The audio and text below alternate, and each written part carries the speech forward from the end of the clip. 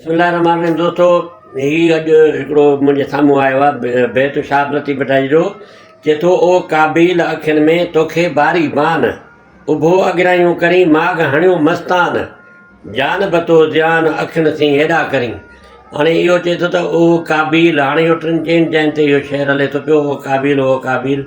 ऐं हिन में जेको आहे सो डॉक्टर गुलबख्शानीअ जेको आहे हज़रत आदम अलैहिस्सलाम जे पुट जो काबिल जो ज़िक्र कयो आहे, जंहिं पंहिंजे भाउ खे क़तलु कयो हुयो।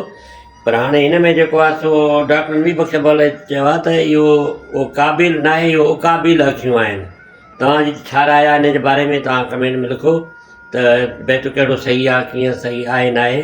बाक़ी इहो आहे त उकाबिल अखियुनि जी मूंखे हिकिड़ी हदीस यादि थी अचे त नबी साईं जेको आहे सो जंहिं महिल बीबी हलीमा वटि हुयो, नंढड़ो ॿारु अञा हुयो, त कंहिं सहरा में हिननि खे माल चारिनि पिया, ॾाढो खणी विया किथे, त उते माल चारींदे हिकु वापारी अची विया, त उहे ॿार वठंदा, माण्हू वठंदा, ख़रीद करे वरी खपाईंदा, इहो वापारु हलंदो अॻे माण्हुनि जो।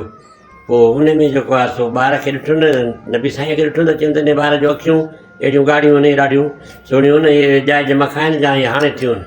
त उन्हनि चयो त न, इहे जाइज़ मखा आहिनि। त ॿार जी हुन नाफ़रकी त पैसा जेके बि चयो ॾियो। पोइ बीवी हलीमा चयो त न, ॿार परा हुआ, मां न ॾींदसि।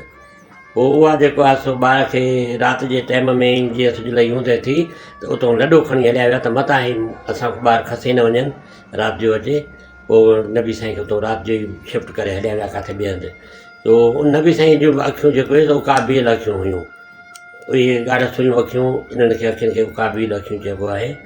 डॉक्टर नबी बख्श ख़ान बलोच सही चयो आहे। त हाणे काॾे उकाबिल अखियूं, काॾे वरी क़त्ल, ऐं वरी ओ काबिल, इहो सम्झ में अचे ॻाल्हि न पई वाक़ई। पर हाणे तव्हां राय ॾियो पंहिंजी, थी सघे थो त तव्हांजी राय में का ख़बर पइजे असांखे वञे।